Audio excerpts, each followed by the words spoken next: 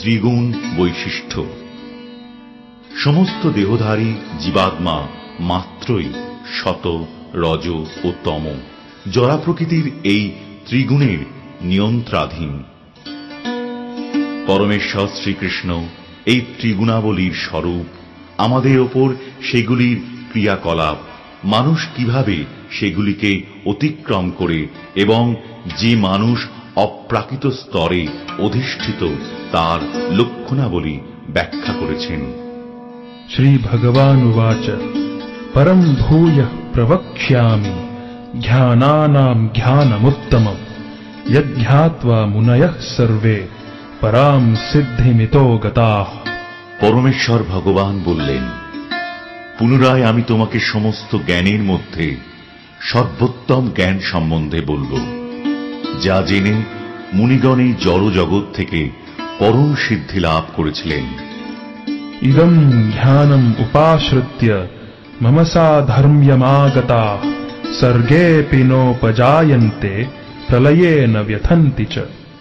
এই জ্ঞান আশ্রয় করলে জীব আমার পরাপ্রকৃতি লাভ করে, তখন আর সে সৃষ্টির সময়ে জন্মগ্রহণ করে না এবং প্রলয়কালেও ব্যথিত হয় না। মম যোনির্মহদ্ব্রহ্ম তস্মিন গর্ভম দধাম্যহম সম্ভবঃ সর্বভূতানাং ততো ভবতি ভারত। হে ভারত, প্রকৃতি সঙ্গক ব্রহ্ম আমার যোনি স্বরূপ এবং সেই ব্রহ্মে আমি গর্ভাধান করি, যার ফলে সমস্ত জীবের জন্ম হয়। সর্বয়োনিষু কৌন্তেয় মূর্তয়ঃ সম্ভবন্তি ইয়াঃ তাসাম ব্রহ্ম মহদ্যোনির অহম বীজ প্রদঃ পিতা। হে কৌন্তেয়, সকল যোনিতে যে সমস্ত মূর্তি প্রকাশিত হয়, ব্রহ্মরূপী যোনি তাঁদের জননী স্বরূপা এবং আমি তাদের বীজ প্রদানকারী পিতা। সত্ত্বম রজস্তম ইতি গুণাঃ প্রকৃতি সম্ভবা নিবধ্নন্তি মহাবাহো দেহে দেহিনমব্যয়ম। হে মহাবাহো, জরা প্রকৃতি থেকে জাত শত, রজ, তম এই তিনটি গুণ এই দেহের মধ্যে অবস্থিত অব্যয় জীবকে আবদ্ধ করে। তত্র সত্ত্বম নির্মলত্বাৎ প্রকাশকমনাময়ম সুখসঙ্গেন বধ্নাতি জ্ঞানসঙ্গেন চানঘ। হে নিষ্পাপ, এই তিনটি গুণের মধ্যে শতগুণ নির্মল হওয়ার ফলে প্রকাশকারী ও পাপ পুণ্য এবং সুখ ও জ্ঞানের সঙ্গের দ্বারা জীবকে আবদ্ধ করে। রজো রাগাত্মকম বিধি তৃষ্ণা সঙ্গ সমুদ্ভবম তন্নিবধ্নাতি কৌন্তেয় কর্মসঙ্গেন দেহিনম। হে কৌন্তেয়, রজগুণ অনুরাগাত্মক এবং তা তৃষ্ণা ও আসক্তি থেকে উৎপন্ন বলে জানবে এবং সেই রজগুণী জীবকে সকাম কর্মের আসক্তির দ্বারা আবদ্ধ করে। তমস্ত্বজ্ঞানজম বিধি মোহনম সর্বদেহিনাম প্রমাদ আলস্য নিদ্রাভিস তন্নিবধ্নাতি ভারত। হে ভারত, অজ্ঞানজাত তমগুণকে সমস্ত জীবের মোহনকারী বলে জানবে। সেই তমগুণ প্রমাদ, আলস্য ও নিদ্রার দ্বারা জীবকে আবদ্ধ করে। সত্ত্বম সুখে সঞ্জয়তি রজঃ কর্মণি ভারত জ্ঞানমাবৃত্য তু তমঃ প্রমাদে সঞ্জয়ত্যুত। হে ভারত, শতগুণ জীবকে সুখে আবদ্ধ করে, রজগুণ জীবকে সকাম কর্মে আবদ্ধ করে এবং তমগুণ প্রমাদে আবদ্ধ করে। রজস্তমশ্চাভিভূয় সত্ত্বম ভবতি ভারত রজঃ সত্ত্বম তমশ্চৈব তমঃ সত্ত্বম রজস্তথা। হে ভারত, রজ ও তমগুণকে পরাভূত করে শতগুণ প্রবল হয়, শত ও তমগুণকে পরাভূত করে রজগুণ প্রবল হয় এবং সেইভাবে শত ও রজগুণকে পরাভূত করে তমগুণ প্রবল হয়। সর্বদ্বারেষু দেহেস্মিন প্রকাশ উপজায়তে জ্ঞানম যদা তদা বিদ্যাৎ বিবৃদ্ধম সত্ত্বমিত্যুত। যখন এই দেহের সব কয়টি দ্বারে জ্ঞানের প্রকাশ হয় তখন শতগুণ বর্ধিত হয়েছে বলে জানবে। लोभः प्रवृत्तिर आरम्भः कर्मणामशमः स्पृहा रजस्येतानि जायन्ते विवृद्धे भरतर्षभ। হে ভরত শ্রেষ্ঠ, রজগুণ বর্ধিত হলে লোভ, প্রবৃত্তি, কর্মে উদ্যম ও দুর্দমনীয় স্পৃহা বৃদ্ধি পায়। अप्रकाशो प्रवृत्तिश्च प्रमादो मोह एव च तमस्येतानि जायन्ते विवृद्धे कुरुनन्दन। হে কুরুনন্দন, তমগুণ বর্ধিত হলে অজ্ঞান, অন্ধকার, নিষ্ক্রিয়তা, প্রমাদ ও মোহ উৎপন্ন হয়। यदा सत्त्वे प्रवृद्धे तु प्रलयं याति देहभृत् तदोत्तमविदां लोकान् अमलान् प्रतिपद्यते।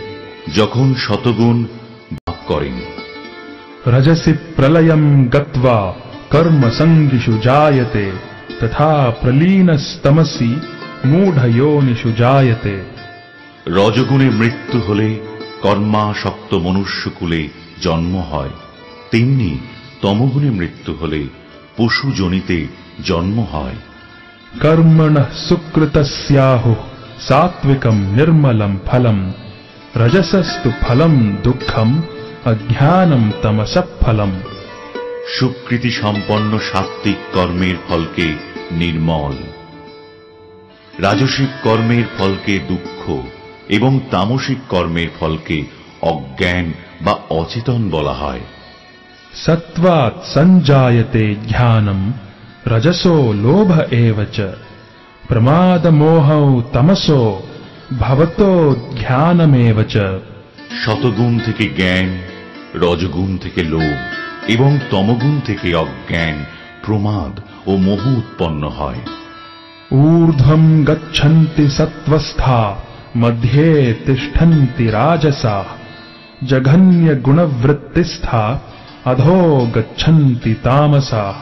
শতগুণ সম্পন্ন ব্যক্তিগণ ঊর্ধ্বে উচ্চতর লোকে গমন করে, তমগুণ সম্পন্ন ব্যক্তিগণ মধ্যে নরলোকে গমন করে এবং জঘন্য গুণ সম্পন্ন তামসিক ব্যক্তিগণ অধঃপতিত হয়ে নরকে গমন করে। नान्यं गुणेभ्यः कर्तारं यदा द्रष्टानुपश्यति गुणेभ्यश्च परं वेत्ति मद्भावं सोऽधिगच्छति। জীব যখন দর্শন করেন যে প্রকৃতির গুণ সমূহ ব্যতীত কর্মের অন্য কোনো কর্তা নেই এবং জানতে পারেন যে পরমেশ্বর ভগবান এই সমস্ত গুণের অতীত, তখন তিনি আমার পরা প্রকৃতি লাভ করেন। गुणानेतानतीत्यत्रीन् देहि देह समुद्भवान् जन्म मृत्यु जरा दुःखैर् विमुक्तोऽमृतमश्नुते। দেহধারী জীব এই তিন গুণ অতিক্রম করে জন্ম, মৃত্যু, জরা ও দুঃখ থেকে বিমুক্ত হয়ে অমৃত ভোগ করেন। अर्जुन उवाच कैर्लिङ्गैस्त्रीन् गुणानेतान् अतीतो भवति प्रभो किमाचारः कथं चैतांस् त्रीन् गुणान् अतिवर्तते। অর্জুন জিজ্ঞাসা করলেন, হে প্রভু, যিনি এই তিনটি গুণের অতীত, তিনি কি কি লক্ষণ দ্বারা জ্ঞাত হন, তার আচরণ কি রকম এবং তিনি কিভাবে এই তিন গুণ অতিক্রম করেন। श्रीभगवानुवाच प्रकाशं च प्रवृत्तिं च मोहमेव च पाण्डव न द्वेष्टि सम्प्रवृत्तानि न निवृत्तानि काङ्क्षति। उदासीनवदासीनो गुणैर्यो न विचाल्यते गुणा वर्तन्त इत्येवं योऽवतिष्ठति नेङ्गते। समदुःखः सुखः स्वस्थः समलोष्टाश्मकाञ्चनः तुल्यप्रिया प्रियो धीरस् तुल्यनिन्दात्मसंस्तुति। मानापमानयोस्तुल्यस् तुल्यो मित्रारिपक्षयो सर्वारम्भ परित्यागी गुणातीतः स उच्यते।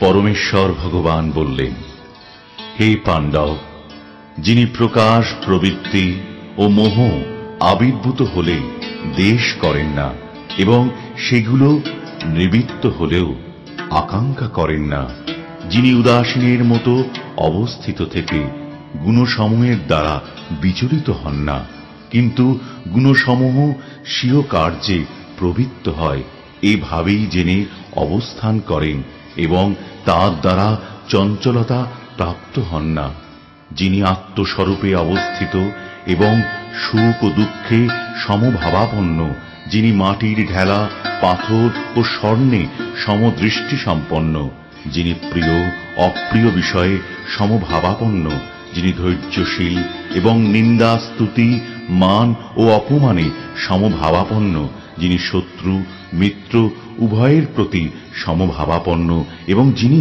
সমস্ত কর্মোদ্যম পরিত্যাগী, তিনি গুণাতীত বলে কথিত হন। মাম চ যো ব্যভিচারেণ ভক্তি যোগেন সেবতে সগুণান সমতীত্যৈতান ব্রহ্ম ভূয়ায় কল্পতে। যিনি ঐকান্তিক ভক্তিযোগ সহকারে আমার সেবা করেন, তিনি প্রকৃতির সমস্ত গুণকে অতিক্রম করে ব্রহ্মভূত স্তরে উন্নীত হন।